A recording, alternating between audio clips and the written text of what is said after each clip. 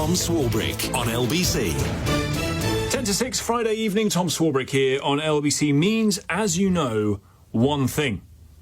Even when he's left the Washington swamp, the ooze from DC follows our man to wherever he is in the world. From somewhere else, it's Simon Marks, American Week.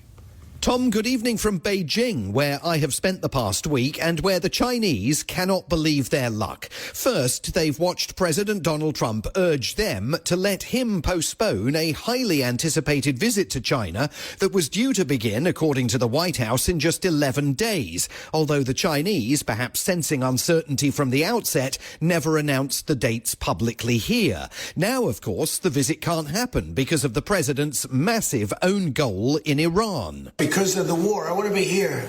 I have to be here, I feel. So we've requested that we delay it a month or so, and I'm looking forward to being with them. We have a very good relationship, but because of the war, there's no tricks to it either. It's not like, oh, gee, I'm waiting. It's very simple. We got a war going on. You certainly do, mate. And like the rest of us, the Chinese are fully aware that you are all ends up. When the president this week demanded that the Chinese Navy, among others, should be helping him to reopen the Strait of Hormuz. They should be not only thanking us, they should be helping us.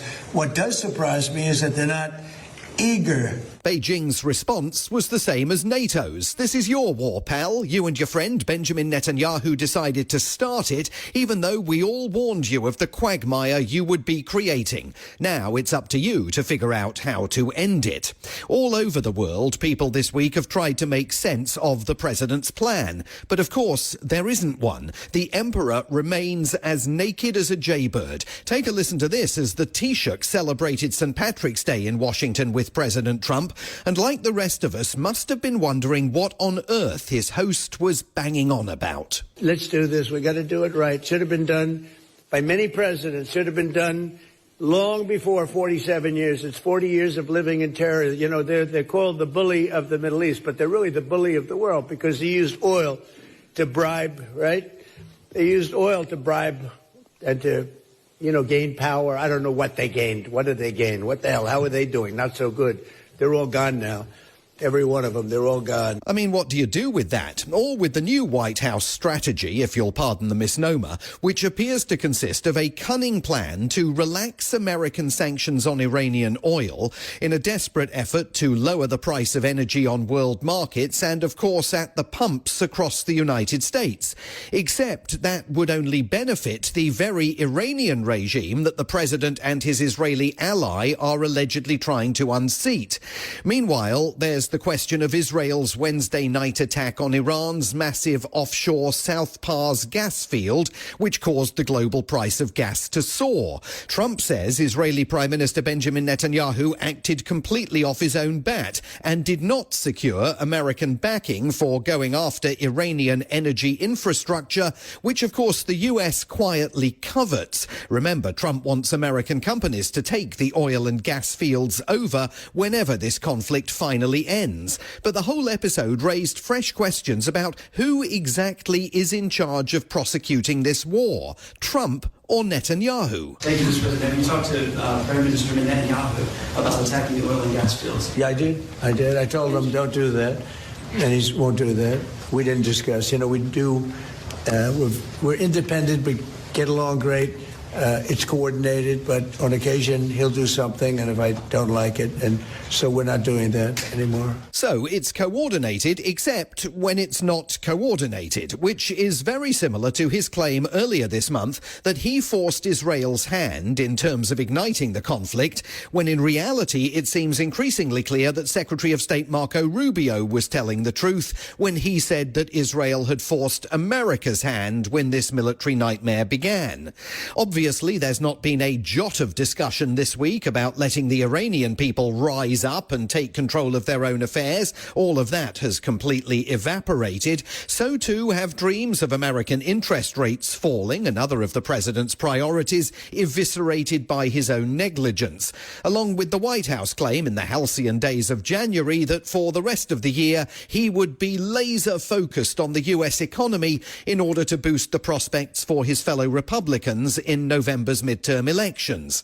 Short of Brexit, it's hard to imagine a country committing a more damaging own goal than sparking a war in the Middle East without any notion of how to end it. And in the process, the president has now managed to cause fissures within his own government. The divide inside the MAGA movement over Iran is raging. It has burst wide open with a high-profile resignation today. President Trump's top counterterrorism official resigning tonight, saying Iran posed, quote, no imminent threat to the U.S. Joe Kent, director of the National Counterterrorism Center, writing, I cannot in good conscience support the ongoing war in Iran.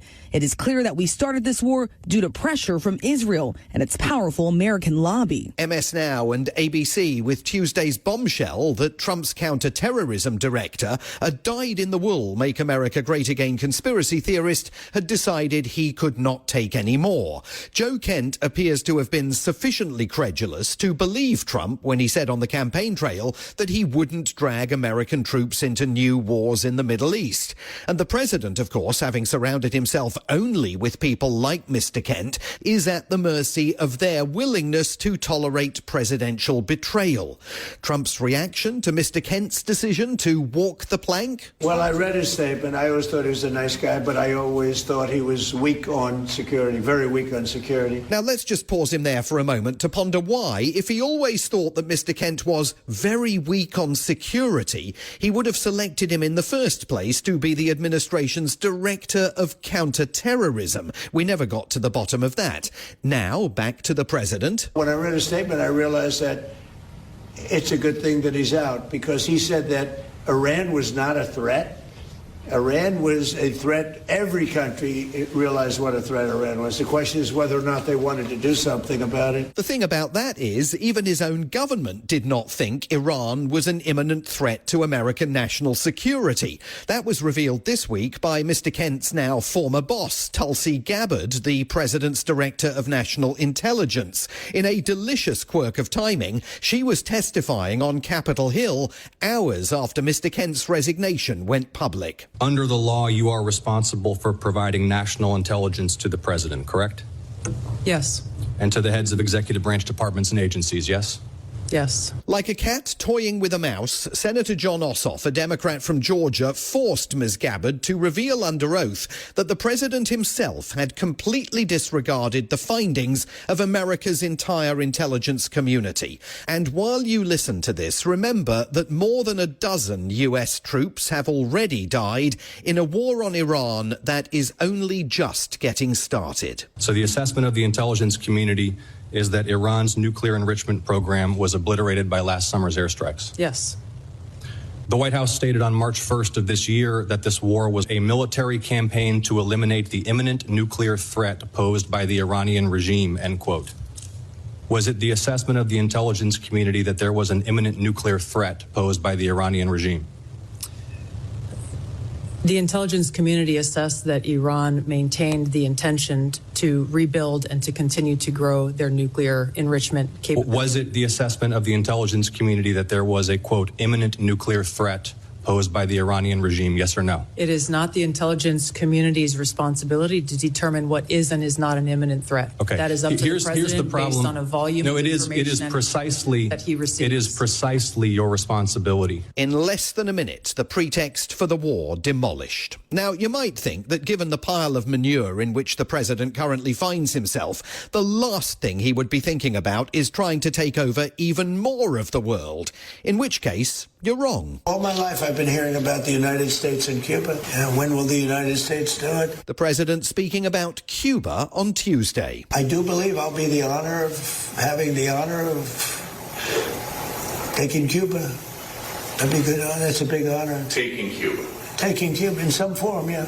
Taking Cuba. I mean, whether I free it, take it, I think I could do anything I want with it. You want to know the truth? You would think that at a certain point, someone in his inner circle would be able to tell him to knock it off with the make-it-up-as-you-go-along Oval Office comments every day. But what happened there yesterday, even by diminished local standards, was absolutely unbelievable. As the Japanese Prime Minister Sanai Takaichi sat alongside him, President Trump invited a Japanese journalist to ask him a question. Why didn't you tell U.S. allies like Japan about the war. We are very confused. One thing you don't want to signal too much, you know, when we go in, we went in very hard, and we didn't tell anybody about it because we wanted surprise. Who knows better about surprise than Japan? Okay? Why didn't you tell me about Pearl Harbor? Okay? Right? You know, he's asking me, do you believe in surprise? I think much more so than us. And we had to surprise him, and we did.